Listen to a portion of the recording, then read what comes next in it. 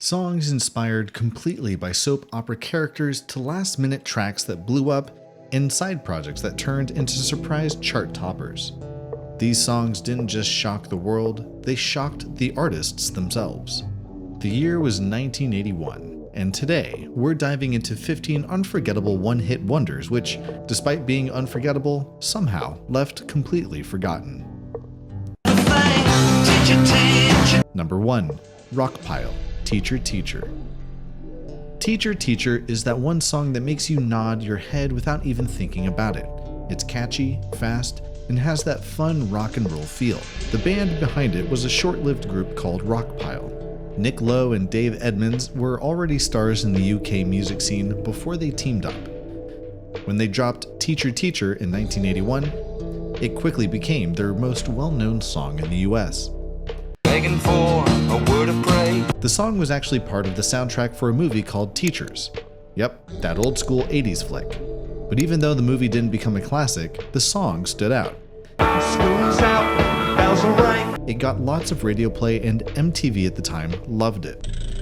Rockpile broke up right around the time Teacher Teacher was getting big.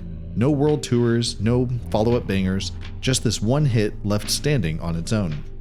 Even though the song talks about a school crush, it was written by Eddie Phillips and Kenny Pickett, who were in a totally different band called The Creation. So yeah, Rockpile didn't even write their own biggest hit. One hit, one breakup, and a bunch of what-ifs. And just like these lost gems from the 80s, we'd hate for our channel to fade into the static. So be sure to hit that like button and subscribe to help keep the good vibes spinning. Let's continue.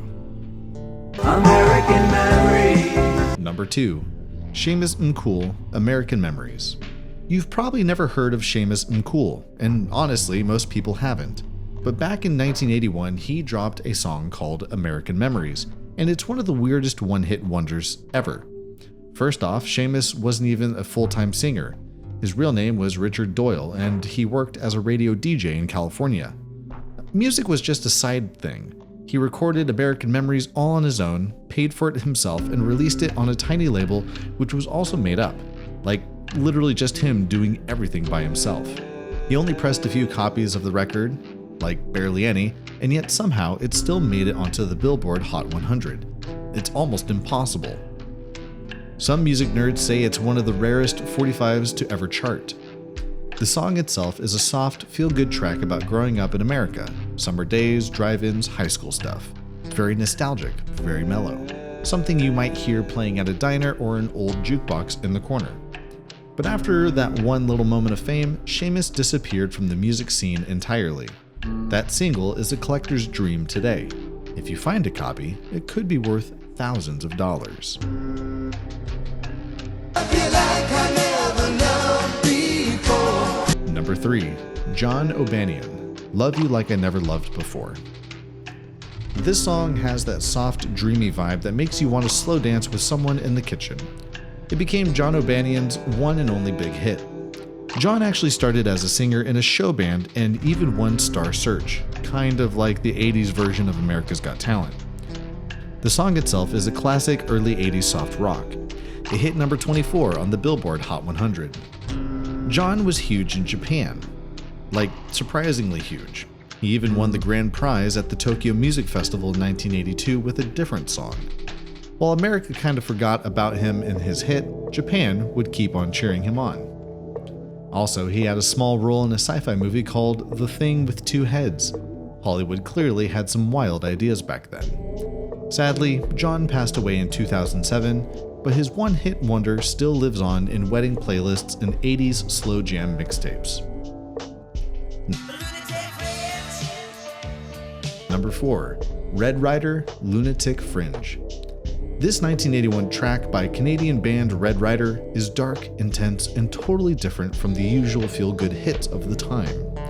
Red Rider wasn't trying to make a big radio hit. In fact, Lunatic Fringe was never meant to be a single at first. The song was written by lead singer Tom, the same guy who later did Life is a Highway as a protest. He was speaking out against hate and anti-Semitism, which he felt was on the rise again in the 80s. Even though it only hit number 11 on the rock charts and didn't climb super high on the Billboard, The song got a second life thanks to pop culture. It was used in the 1985 wrestling movie Vision Quest and later showed up in TV shows like Miami Vice and Eastbound and Down. The song's dramatic tone inspired tons of sport promos, especially in wrestling and football. Red Rider had other songs in Canada, but in the US, this was their moment. And it wasn't your typical one-hit wonder, it was much deeper and a bit ahead of its time. Number 5. The Afternoon Delights, General Hopsy Tale. This one was just pure chaos in the best possible way. In 1981, a group called the Afternoon Delights dropped a super random rap song called General Hopsy Tale, which was entirely about the soap opera General Hospital. A whole song about a TV show, not just the theme music, but actual storylines, love triangles, drama, all in a fast-talking rap style. It was basically a musical recap of what was happening on the show. You'd think that probably wouldn't work, but somehow it hit number 33 on the Billboard Hot 100. The group wasn't even a real band. The Afternoon Delights were just 4 studio singers from Boston. They didn't perform live, never went on tour, just made this one track and then disappeared. And yes, this was early rap, like really early. But instead of street stories or parties, they were spitting rhymes about Dr. Noah Drake and Luke and Laura. Totally wild. General Hopsy Tale got tons of radio play just because fans of the soap were obsessed. People would call stations begging to hear it just to catch up on their favorite drama.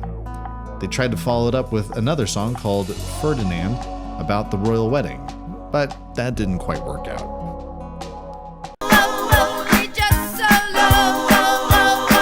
Number 6.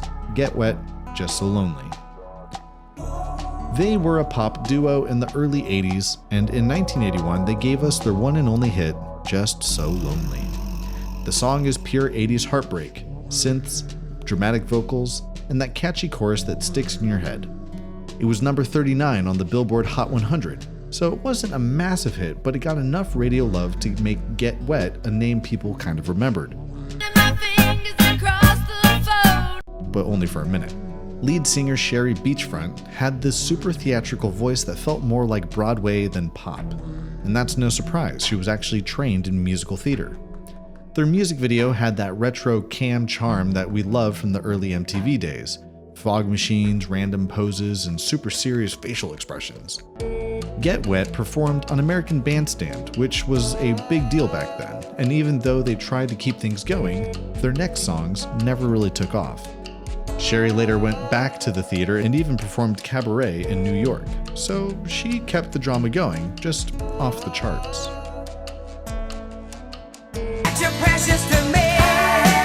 Number 7.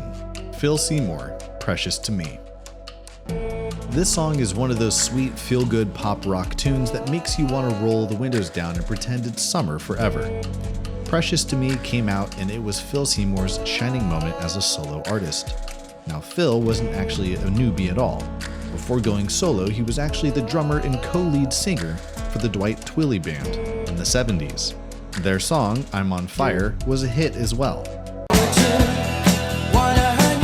So when Phil went solo, fans were excited to hear what he'd bring, and he didn't disappoint. Precious to Me reached number 22 on the Billboard Hot 100 and even cracked the top 10 in Australia. It had that jangly guitar sound, catchy melody, and his smooth vocals, all the ingredients of an early 80s radio gem. His song was originally released on a tiny label called Boardwalk Records, which was brand new at the time. In fact, Phil's album was the first release on that label. They also later signed Joan Jett. Phil was super hands-on with his music.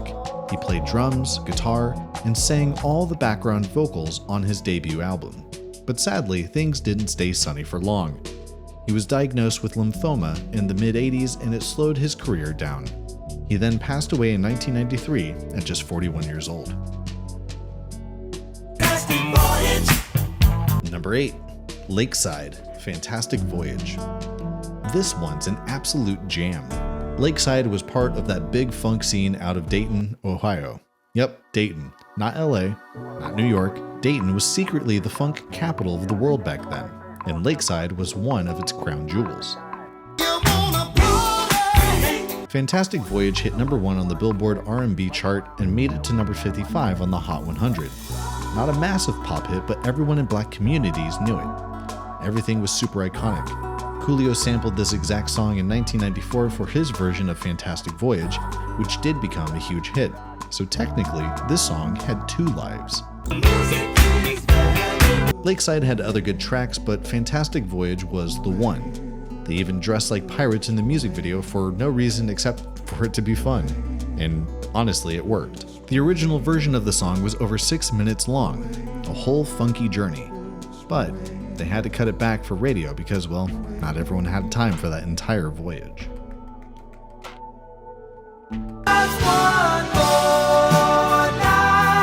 Number 9. Streak, One More Night. It somehow charted on Billboard's Hot 100s for exactly 1 week, just one, and then it was gone like it never existed. Who was Streak though? And honestly, nobody knows. That part is the mystery. They were a studio band, meaning they didn't tour, didn't do interviews, and didn't drop any albums every year. They just showed up with one catchy track and disappeared into the mist. But the song had that soft rock, radio-friendly early 80s feel, with melodic vocals, romantic lyrics, and smooth guitars.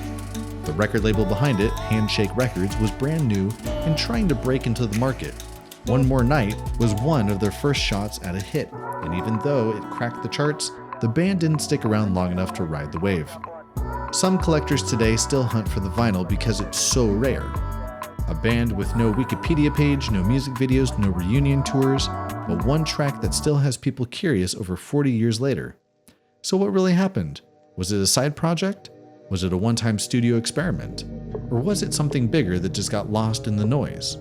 No one seems to know. We're gonna get back to the 60s now with Back to the 60s. Back to the 60s by Tight Fit was a full-on time machine. It came out in 1981, but it was packed with a mashup of 1960s hits. At first, no one really knew them. Literally, the version of Tight Fit that released Back to the 60s was made up of session singers. No band members, no music videos, just voices. Later on, when the song became a surprise hit, the label had to create a band to go with it. They just grabbed some models and singers and said, "Congratulations, you're Tight Fit now." The song went totally viral in the UK before viral was even really a thing, climbing to number 4 on the charts. It didn't blow up in the US, but over in Europe, it was everywhere. It mashed up classics like Baby Love, Twist and Shout, and Doo-Wah Diddy, giving everyone that feel-good throwback vibe, except, well, you know, in 1981. Tight Fit later got famous with The Lion Sleeps Tonight in 1982, but Back to the 60s was technically their first hit, and with a totally different crew. So a mystery band, a medley of oldies, and a chart hit with fake members. How does a song like that get made and then disappear? Maybe the 60s weren't the only thing they traveled back from. Number 12. Diesel.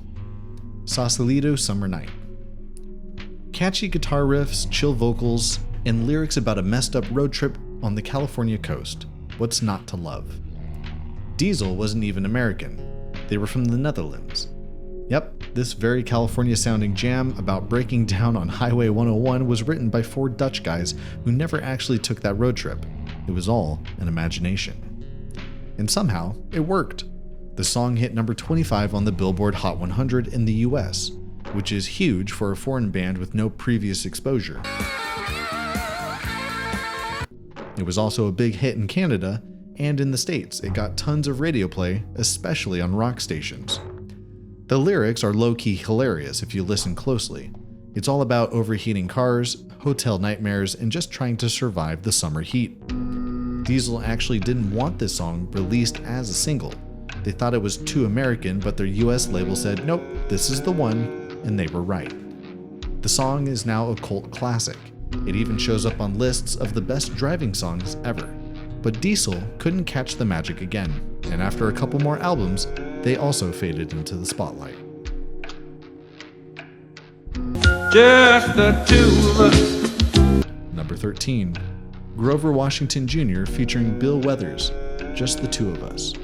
This instantly became the kind of track that makes you want to sway, sip something fancy, and stare out the window. I see the crystal raindrops fall. Grover Washington Jr. was a jazz saxophonist, super respected but not a pop guy. And Bill Withers was an icon. He gave us Ain't No Sunshine and Lean on Me. So when these two teamed up, it left the world speechless. Bill Withers almost didn't sing it. He didn't really vibe with the beat at first, but once he laid down the vocals, that mellow, buttery voice took the song to a whole new level. The song hit number 2 on the Billboard Hot 100, and it stayed there for weeks. It never hit number 1 thanks to a little song called Morning Train by Sheena Easton blocking the top spot. But still, Get it together, baby. it became an instant classic. And yet, it was kind of a one and done. Grover never had another big chart hit, and this smooth gem quietly became elevator music when it deserved so much more. Also, shout out to Austin Powers and Dr. Evil for giving it a second life in the 2000s. Total pop culture comeback moment. Maybe all we need now is just to slow down and bring the saxophone back. Number 14, Hawks, Right Away. The Hawks were from Otho, Iowa. Iowa, exactly. Not exactly the first place you would think when you hear a synth pop rock band, but hey, they made it work. The group was formed by David and Kirk Neff, and even though they never became a household name, they had some real talent. Their sound was clean, bright, and honestly ahead of its time. Right Away peaked at 63 on the Billboard Hot 100, which doesn't sound huge, but for a band without a major label push, it is impressive. And the track is all about falling in love hard and fast, and that's 80s romantic optimism right there. They were signed to Columbia Records and were promoted as this fresh new wave Americana hybrid, which sounds weird, but somehow it worked, and they even toured with REO Speedwagon. After the song, they basically vanished. Poof. No big follow-up, just gone. Number 15, Yarbrough and Peoples, Don't Stop the Music. It came out and instantly got everyone dancing. It hit number 1 on the US R&B charts and climbed all the way to number 19 on the Billboard Hot 100, which is no small deal. The song's message was simple. The party's good, the music's better, so don't you dare stop. Calvin Yarbrough and Elisa Peoples were childhood friends from Dallas, Texas. They grew up together, played in bands together, and eventually started making music as a duo. This hit almost didn't happen. They were spotted by the Gap Band's Charlie Wilson, who introduced them to producers in LA, and boom, Don't Stop the Music became their breakout jam. I just wanna rock you. That bass line was absolutely infectious. The song became a club classic, was sampled later by TLC and Beyonce, and it still pops up in party playlists today. Just because it's 2:00. But beyond that, not much else happened. They had other songs, sure, but nothing hit quite as hard like this one. But what do you think? Do you have a forgotten banger from the 80s we might have missed? Let us know in the comments below. If these made you nostalgic about the 80s, don't forget to check out our number 1 classic TV shows from the 80s that you might have missed. Thank you for watching.